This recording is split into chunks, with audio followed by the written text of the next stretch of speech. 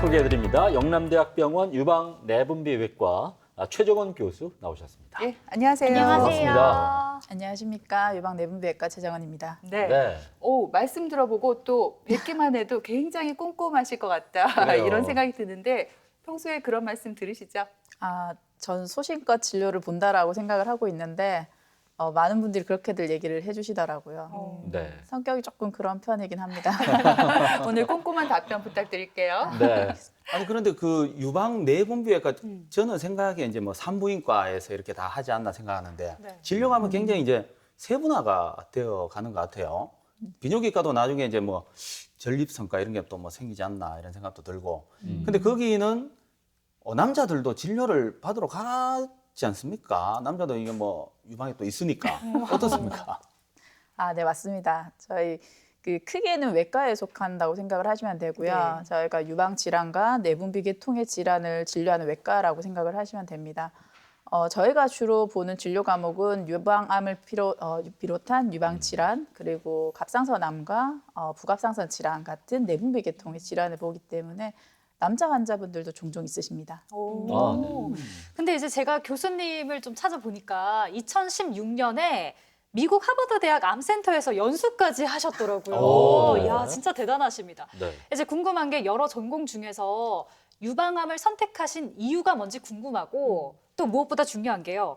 영대에서 가장 잘 나가시는 선생님이라고 합니다. 아, 그래요? 네. 네. 아니 그게 이제 뭐 어떻게 이런 말씀 좀 그렇지만 매출 기여도가 굉장히 큰 어떤 그런 진료 과목이 아닌가 그런 생각도 좀 드는데요. 네. 죄송합니다. 이런 말씀 드려서.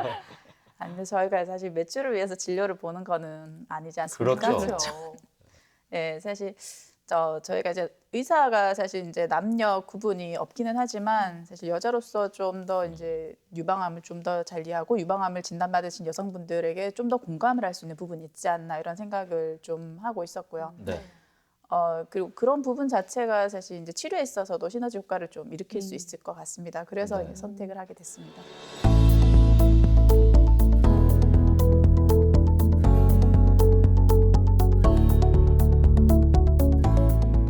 유방 촬영술 결과 유방암은 아닌 것 같아요. 양성으로 보이더라도 경과 관찰을 통해서 이제 어떻게 변하는지를 확인을 하고 혹시나 이제 병변에 변화가 생기면은 그때는 조직 검사를 또 권유를 드릴 수 있을 것 같습니다. 세계 여성암 1위, 한국 여성암의 2위를 차지하고 있는 대표적인 여성암, 유방암. 매년 2만 명 이상 유방암 진단을 받고 국내 여성 25명 중 1명은 유방암 환자라고 하는데요. 보건복지부 암등록 통계 자료에 따르면 2018년 유방암 진단을 받은 여성 환자는 23,647명. 해마다 증가하는 추세로 40대에서 50대 환자가 절반 이상을 차지합니다. 하지만 최근 젊은 여성 환자 수도 매년 증가하고 있어 유방암에 대한 관심과 검진에 대한 중요성이 대두되고 있는데요. 유방암은 조기에 발견하여 빠른 치료를 시행할 경우 완치율이 비교적 높은 암이지만 병기에 따라 치료 방법이 다르기 때문에 전문의와의 상담을 통해 적절한 치료법을 찾는 게 중요합니다. 믿을 수 있는 유방암 치료, 지금부터 살펴봅니다. 유방암이라고 하면 이제 전 세계 여성암 가운데 1위라고 우리 남자들도 이제 잘 알고 있습니다. 네. 앞서 그 유방암 예방의 달이 지난 10월이었다고 말씀을 드렸었는데 왜 그렇게 유방암이 여성암 가운데 상당 부분, 가장 많은 부분을 차지하고 있을까요? 사실 보건복지부에서 매년 이제 통계 자료를 내놓는데요. 네. 올해 통계 자료에 따르면은 여성암 중에서 유방암이 20%로 1위를 차지했습니다. 이거는 사실 2016년도부터 이제 지속적으로 1위를 차지를 하고 있고요. 가장 대표적인 원인으로는 이제 우리 생활 습관이라든지 식습관 자체가 상당히 서구화되어 가고 있습니다. 그래서 고칼로리 그리고 고지방식을 많이 섭취를 하기 때문에 그리고 이로 인해서 이제 비만이 생겨나는 그런 것들이 가장 큰 원인이 될 것이라고 이제 추측을 하고 있고요. 그리고 이제 국가에서 굉장히 암 검진 사업을 활달하게 하고 있습니다. 그래서 이제 건강 검진을 통해서 발견율이 올라가는 것도 이제 상당수 기여를 한다라고 얘기를 하고 있습니다. 네, 네. 그렇군요. 또 우리나라 어. 유방암 환자 증가율이 세계 1위라는 통계도 있는데요. 네. 사실 두 분은 남자라서 좀 실감이 안 나겠지만 저희 네. 같은 여자들은 늘 유방암의 두려움에서 벗어나기 힘듭니다. 그래요. 자다가도 이거 유방암 아닐까 이런 걱정을 한 적도 있거든요. 네, 네. 교수님은 여기서 벗어나셨는지 궁금해요. 아닙니다. 저도 마찬가지고요. 네. 저도 한 번씩 혹시나 이런 생각이 들 때가 있습니다. 그래요. 네, 그래서 특히나 이제 주변에 가까운 분들이 이제 진단을 받으시는 경우에는 대부분의 여성분들이 아마도 이제 같은 생각을 하실 것 같습니다. 네, 네, 그래요. 맞아요. 야, 근데 저도 뭐 제가 이제 딸이 있는데 아, 외국에서 네. 이제 공부를 하거든요. 네. 남미 콜롬비아 딸이 있는 신분이 저도 결혼했습니다. 아, 예, 알겠습니다. 저도 결혼할 수 있어요. 결혼했고 딸이 대학교 2학년입니다. 진짜요? 네, 대학교 2학년인데 좀 걱정이 되기 시작하는 거예요. 이게 혹시나 이제 뭐 요즘에는 또 듣기로는 또 젊은 세대에서 많이 또 발견이 된다고 하니까 네. 이거 어떻습니까? 앞서 말씀드렸다시피 이제 뭐 20, 30대 유방암 많이 증가를 하고 있죠. 이제 네. 특히나 이제 고세대 때 친구들이 이제 식습관 자체가 굉장히 이제 고칼로리식이 고지방식이를 많이 이제 섭취를 하는 것도 이유가 될 수 있겠고요. 그리고 지금 현재 사회의 분위기가 굉장히 이제 결혼, 출산, 모유 수유 사실 이제 그런 성적이 굉장히 조저하지 않습니까? 네. 그래서 그런 영향으로 인해서 우리가 보통 이제 여성분들이 본인 몸에서 나오는 여성 호르몬으로 알려져 있는 에스트로겐 자체가 이제 유방암의 원인이 될 수가 있는데 이렇게 출산을 하지 않고 이제 수유를 하지 않고 이럴수록 그 에스트로겐에 이제 유방이 노출될 기간이 길어진다라고 얘기를 합니다. 그러면은 그로 인해서 유방암의 발생 빈도가 올라간다라고 얘기를 할 수가 있겠고요. 그 특히나 40대 이전에 이제 유방암 같은 경우에는 이제 유전적인 원인이라든지 가족력 같은 것들도 이제 고려를 해봐야 되겠죠. 네, 안 그래도 제가 또 여쭤보고 싶었던 게 있는데 몇 년 전에 이제 아는 언니가 이상하게 가슴이 불편해서 좀 아파서 병원에 갔더니 이제 암인 줄 알고 사실 걱정을 했죠. 유방암이 아닐까 걱정을 했는데 치밀 유방이라는 얘기를 들었대요. 뭐 일단 우리나라 여성에게 치밀 유방이 많다고 들었는데 이제 여기서 궁금한 게 치밀 유방이 혹시 암으로 발전할 확률도 있는가요? 유방 조직 자체가 유즙을 만들어내는 젖샘과 그리고 유관으로 이루어진 실질 조직 그리고 이제 그 주변을 둘러싸고 있는 지방 조직으로 이루어져 있다라고 얘기를 하고 있습니다. 그래서 이제 이 실질 조직이 많이 분포할수록 이 실질 조직이 이제 지방 조직에 비해서 비율이 올라갈수록 치밀 유방이라고 얘기를 하고요. 네. 한국인의 경우에 한 70% 정도가 이 치밀 유방으로 나타난다라고 얘기를 하고 있습니다. 그래서 치밀 유방의 경우에는 상대적으로 이제 치밀하지 않은 유방보다는 유방암 자체가 실질 조직에서 생기기 때문에 생길 확률이 좀 더 올라가겠죠. 네, 그렇기 때문에 진단이 이제 좀 더 잘 된다. 많게는 서너 배 정도 증가할 수 있다라고 얘기를 할 수가 있고요. 네. 또 한 가지는 우리가 이제 국가 검진으로 찍는 유방 촬영술이라고 있죠. 예. 찍어 보셨는지 모르겠는데 이제 가슴을 눌러서 엑스레이를 통과시켜서 찍는 사진인데 치밀 유방의 경우에는 이 X선이 통과를 잘 하지 못합니다. 그래서 실제로 혹이 있더라도 발견이 잘 되지 않는 경우가 있어서 치밀 유방이라고 진단을 받으신 이제 얘기를 들으신 분 같은 경우에는 반드시 유방 초음파를 이제 추가적으로 시행할 것을 권고를 하고 있습니다. 네, 그렇군요. 지금 그 유방암의 발병 원인에 대해서 함께 얘기를 나누고 있는데요. 네. 요즘 또 젊은 사람들이 이제 휴대전화도 많이 보고 게임도 많이 하고 그러다 보니까 그 LED 노출이 많아서 유방암에 걸릴 확률이 높다. 뭐 이런 얘기도 전 들었거든요. 근데 이게 좀 맞는 상관관계가 있는 얘기인가요? 네. 혹시 블루라이트라고 들어보셨어요? 그렇죠. 네. 예, 네. 블루라이트라는 게 이제 사실 스마트폰이라든지 태블릿 PC 같은 데서 나오는 이제 LED에 많이 포함이 되어 있다라고 얘기를 합니다. 그래서 몇 년 전에 이제 한 연구 결과에서 이 블루라이트가 유방암이나 전립선암을 이제 증가시킨다라는 보고가 있었어요. 그래서 이것 때문에 조금 연관이 있지 않나라고 얘기를 하고 있고요. 그리고 또 한 가지는 이제 빛에 굉장히 많이 노출이 되면은 이제 수면 부족이 일어나죠, 그죠? 네. 수면 부족으로 인해서 멜라토닌 같은 것들이 이제 호르몬이 잘 생성이 되지 않는다면은 에스트로겐의 분비가 활달해진다라고 보고를 하고 있습니다. 그래서 유방암의 위험도가 올라가고요.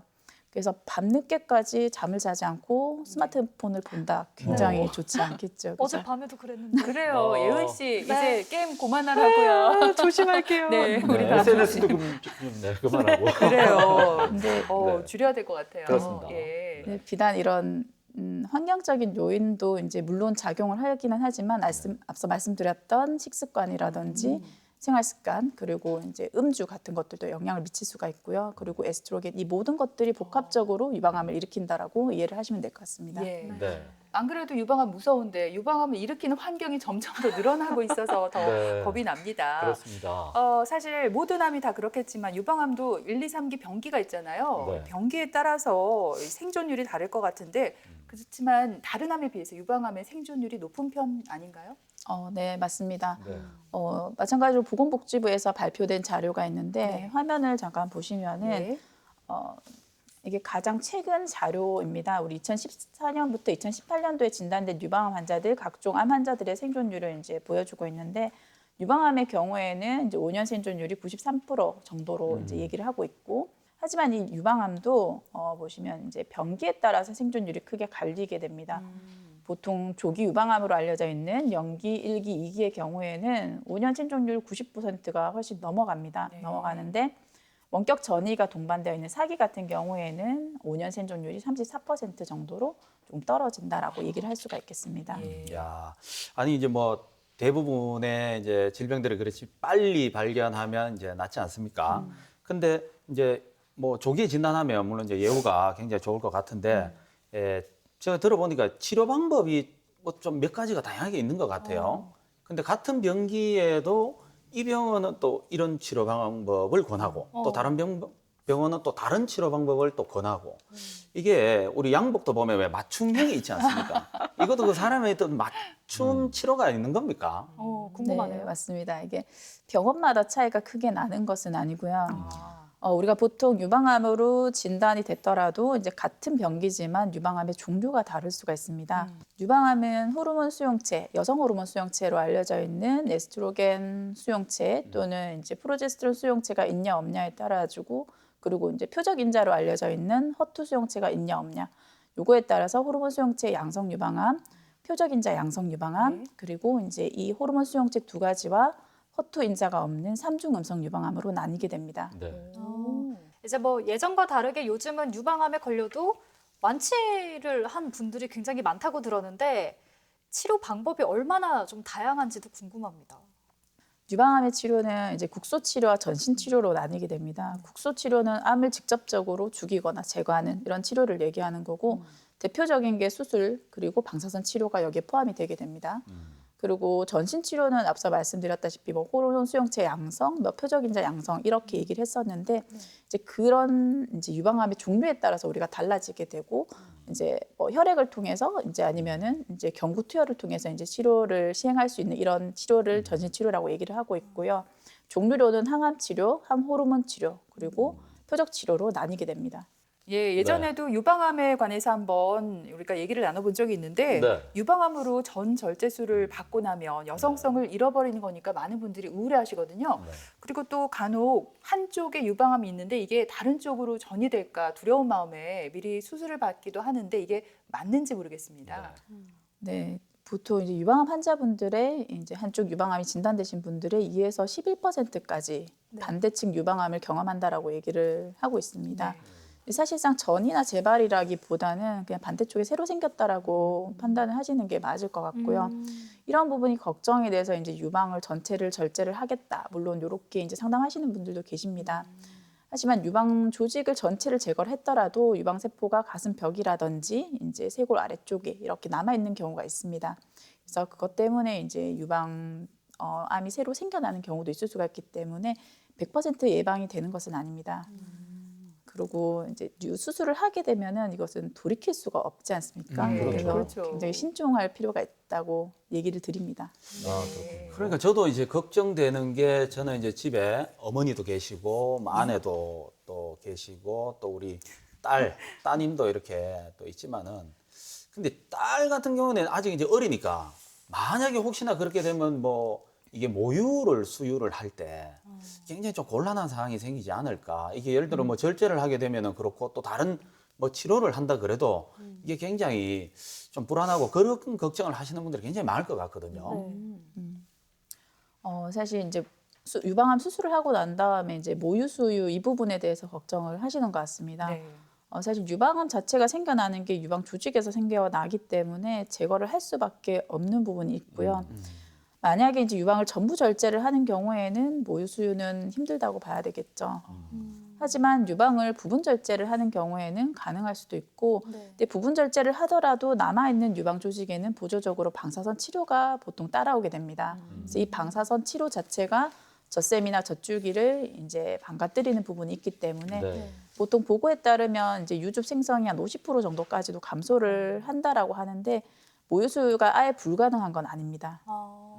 어쨌든 뭐 희망적이니까 다행입니다. 네, 모유수가 가능할 수도 있다고 말씀하시니까. 일단 요즘 유방암 수술이 예전과는 많이 달라졌는데 제가 이런 단어를 들었거든요. 유방암 겨드랑이 수술. 이게 진짜 있는 말인가요? 이게 뭔가요? 이게 보통 아마 애가부 겨드랑이 뭐 애가 네. 수술이라고 얘기를 하시는데 애가 림프절 수술을 얘기하시는 것 같습니다. 네. 보통 이제 암세포가 이제 다른 장기로 전이를 하게 되지 않습니까? 근데 유방암이 가장 먼저 전이를 할 수 있는 게 같은 쪽에 있는 겨드랑이 림프절로 알려져 있습니다. 예전에는 이 겨드랑이 림프절을 유방암 수술하면서 다 제거를 했었습니다. 하지만 90년대 후반 그리고 2000년대 초반에 들어서는 이제 유방에서 가장 먼저 이제 전이가 가는 림프절을 먼저 찾아보자 이런 연구가 시도가 됐었고 그게 이제 감시 림프절이라고 해서 수술할 때 우리가 젖꼭지나 아니면은 암 주변에 색소나 아니면 방사선 동위원소를 주입을 하고 수술 중에 겨드랑이 쪽을 절개를 해서 확인을 해보면은 이제 이 림프절에 전이가 있는지 없는지를 알 수가 있고 거기에 따라서 우리가 병기도 정확하게 얘기를 할 수가 있고 추가적인 치료 방향도 결정을 할 수가 있습니다. 네. 그러니까 유방암 전 절제술 또 림프절 수술 이렇게 또 얘기가 나오는데 혹시 그 먹는 약만으로도 유방암의 치료가 좀 가능한지 그게 또 궁금해지네요. 네. 네, 맞습니다. 저희가 이제 말씀을 드리는 이제 수술이 정말 제일 중요한 치료라고는 얘기를 하지만 사실상 이제 타장기 전이가 돼 있는 분들, 이제 사기 유방암 같은 경우에는 수술 자체가 크게 의미가 없는 부분도 있을 수가 있거든요. 그런 경우에는 전신 치료가 좀 더 중요하다라고 얘기를 할 수가 있는데 그런 경우에는 뭐 주사 치료만 할 수도 있지만 호르몬 수용체 양성 유방암의 경우에는 먹는 치료가 주가 됩니다.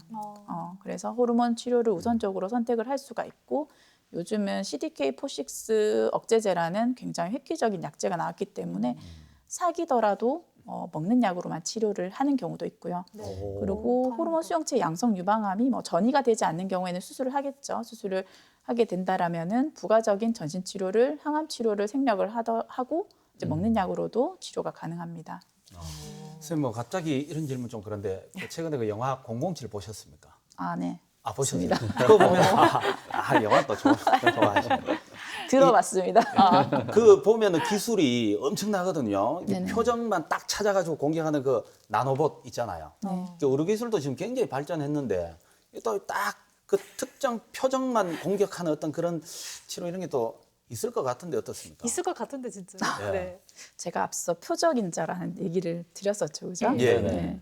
그래서 사실 보통 우리 항암제 같은 경우에는 이제 암세포도 죽이지만 정상세포까지 같이 공격을 한다라고 이제 얘기를 하고 있고 그렇죠. 유방암에 있어서 대표적인 표적 치료제라고 알려져 있는 게 허투 억제제라고 얘기를 하고 있습니다. 이것은 이제 암세포 중에서 아니면 정상세포 중에서도 허투라는 이제 단백질이 발현된 세포에만 공격을 하기 때문에 상대적으로 부작용이 적고 환자분들이 편하게 치료를 받을 수 있는 약제라고 알고 계시면 됩니다. 야, 근데 표적 치료 진짜 과학 기술이 발달할수록 의료 기술도 발달하니까 뭐랄까요? 오늘 교수님 설명을 듣는데 암이 되게 별거 아닌 것처럼 느껴지거든요. 저만 그런 거 아니죠? 네. 아니 근데 항암 치료가요, 교수님. 이걸 꼭 해야 하는 건지 아니면 하지 않아도 되는 건지 이게 좀 궁금해요. 네. 항암 치료도 수술과 함께 유방암의 표준 치료도 잘 알려져 있습니다. 그래서 앞서 말씀드린 것처럼 이제 3중 음성 유방암 같은 경우에는 크기가 아주 작은 경우를 제외하고는 반드시 항암 치료를 부가적으로 해주는 것이 이제 도움이 되고요. 우리가 표적인자를 쓰더라도 항암제와 같이 썼을 때 효과가 좀 더 증가한다라고 얘기를 하고 있기 때문에 단기간 항암제를 이제 표적인자 양성, 허투 양성 유방암에서도 필요하다라고 얘기를 하고 있고요. 호르몬 수용체 양성 유방암에서도 진행이 많이 된 경우에는 항암 치료를 부가적으로 하는 경우가 많습니다. 네, 그렇군요. 혹시 또 이제 이게 또 궁금해지는데 유방암 전 절제 수술을 다 드러내는 수술을 해야 되는데 이런 걸 못하게 되는 부득이한 그런 경우도 있나요? 어떻습니까? 네. 사실 이제 굉장히 진행이 많이 되어서 오시는 분들이 종종 있으세요. 네. 이제 피부에 뭐 암세포가 완전히 이제 돌출되어 나오는 경우, 이제 이런 경우에는 사실 이제 뭐 물론 훌륭하신 성형외과 선생님들이 이제 재건을 해주시기도 하지만 1차 봉합이 좀 힘든 경우가 있습니다. 그런 경우에는 사실 과거에는 무조건 유방암이라고 하면은 수술을 먼저 하고 부가적으로 치료를 한다라고 알려져 있지만 최근에는 선행항암이라고 해서 항암 치료를 먼저 하게 되면은 이 암세포를 굉장히 크기를 줄이기도 하고 수술이 불가능했던 환자를 수술이 가능하게도 만들어줍니다. 그래서 선행항암은 굉장히 많은 역할을 하고 있거든요. 그래서 수술을 이제 전절제술을 꼭 해야 되는 환자를 이제 부분절제로 바꿔준다라든지 이런 역할을 하고 있고 경우에 따라서는 뇌우도 이제 굉장히 좋게 만들어주는 이런 역할을 합니다. 특히나 허투 양성 유방암 같은 경우에는 선행항암을 했을 때 암세포가 50~60%가 수술하기 전에 사라지는 그런 이제 경험을 할 수도 있습니다. 그렇군요. 어쨌든 이제 빨리 발견하는 게 굉장히 좋을 것 같은데 제가 지금 그 남미에 있는 우리 식구들 빨리 불러가지고 검사를 물론 거기에도 있겠지만 선생님한테 이래 한번 좀 검사를 좀 받아야 되는 게 아닌가 이런 생각이 드는데 언제부터 이렇게 검사를 해야 됩니까? 통상적으로 이제 권유를 드리기로는 40대부터 우리나라에서는 지금 암 검진을 권고를 하고 있거든요. 그래서 1년 내지는 2년에 한 번 정도 이제 국가에서 나오는 유방 촬영술, 그리고 앞서 말씀드렸다시피 치밀 유방인 경우에는 유방 초음파를 추가를 하는 것을 권고를 하고 있고요. 그리고 뭐 꼭 이제 선생님들을 뵙지 않더라도 20대가 넘어가시는 분들은 자가 검진이라고 해서 한 달에 한 번 정도 자기 가슴을 만져보는 게 굉장히 중요합니다. 중요하고 그리고 특히나 이제 가족력이 있거나 뭐 유전자 이상이 발현이 됐다 이런 분들은 좀 더 일찍 검진을 시행을 하는 것이 좋겠죠. 네. 그 아무래도 부작용 발생이나 재발의 위험을 막기 위해서 이 유방암 맞춤 치료가 중요한 것 같은데 근데 그럼에도 불구하고 또 부작용이 발생하지 않을까 이런 걱정도 사실 들거든요. 어떤가요? 네, 맞습니다. 모든 치료가 사실 부작용이 없으면 좋겠지만 불가피하게 있는 경우가 종종 있고 항암 치료의 경우에는 사실상 이제 알고 계시다시피 구역 구토라든지 머리카락 빠짐 아니면은 이제 백혈구 수치 감소로 인해서 면역력 저하 이런 것들이 따라올 수가 있습니다. 하지만 요즘 굉장히 약이 잘 발달이 되어 있기 때문에 예방적으로 백혈구 수치 떨어지는 것도 막을 수 있는 주사가 있고 구역 구토에도 다 쓸 수 있는 주사가 있습니다. 이렇게 항암 치료에서도 이제 부작용이 있지만 뭐 표적 치료나 항호르몬 치료가 상대적으로 편하기는 하지만 부작용이 아예 없는 건 아니거든요. 항호르몬 치료는 이제 여성 호르몬을 억제를 시키기 때문에 많은 분들이 약간 폐경기 증상 같은 그런 부작용을 조금 호소를 하게 됩니다. 네. 표적 치료도 마찬가지고요. 네. 암이라는 게 나에게는 정말 찾아오지 않았으면 좋겠다. 이게 모든 사람의 바람이잖아요. 그렇죠. 교수님, 이 유방암을 예방할 수 있는 습관이라든지 또 아까 잠깐 말씀해 주셨지만 자가 검진 방법도 또 다시 한번 말씀해 주시죠. 우선 유방암을 이제 예방할 수 있는 생활 습관 같은 경우에는 고지방식이 고칼로리 식이가 좋지 않다라고 말씀을 드렸지 않습니까? 그래서 그런 식습관의 개선을 통해서 그리고 음주가 굉장히 사실상 안 좋거든요. 유방암에서는. 그래서 금주를 하시는 게 좋을 것 같고요. 그리고 살찌는 거 유방암 별로 안 좋습니다. 그래요? 그래서 네. 운동 많이 하셔야 됩니다. 그래서 이런 것들 기본적인 것들을 조금 지켜주시는 것이 좋을 것 같고 자가 검진은 보통 폐경 전 여성의 경우에는 생리가 끝난 다음에 한 3일 이내 자기 가슴을 이제 보통 제가 말씀드릴 때는 샤워하면서 만져보라고 말씀을 드리거든요. 그래서 비누 묻혀서 이제 팔 든 다음에 전반적으로 만졌을 때 사실 이제 처음 만졌을 때는 누구나 멍울이 있는 것처럼 느껴져요. 그래요? 좀 뭐가 있는 것 같다는데 본인 가슴도 멍울처럼 만져지기도 하고 그래서 이제 매달 검진을 하다 보면은 혹시라도 이제 평소에 잡히지 않던 혹이 잡힌다든지 이런 경우에는 반드시 센터를 내원해 주시는 것이 중요합니다. 폐경 후 여성 같은 경우에도 마찬가지로 한 달에 한 번 날짜를 정해서 오시는 게 좋고요. 사실 대부분의 여성분들이 굉장히 두려워합니다. 네. 센터 오시는 거를 그렇죠. 두려워하고 혹이 만져졌을 때 사실상 우리가 검사를 해보면은 80~90%는 양성 질환으로 판단이 되거든요. 그래서 두려워하지 마시고 병을 키우지 마시고 이제 병원에 오시라고 말씀드리고 싶습니다. 네. 일단 그 유방암도 자가 검진이 무엇보다 중요하다는 말씀과 함께 네. 예방하는 습관과 방법까지 이렇게 잘 알려주셨습니다. 그 유방암 환자들이 활짝 웃는 그날까지 열심히 치료 잘 해주시리라 믿겠습니다. 네. 그렇죠? 오늘 꼼꼼한 말씀 감사드려요. 최정은 교수님과 함께했습니다. 네. 고맙습니다. 고맙습니다. 고맙습니다.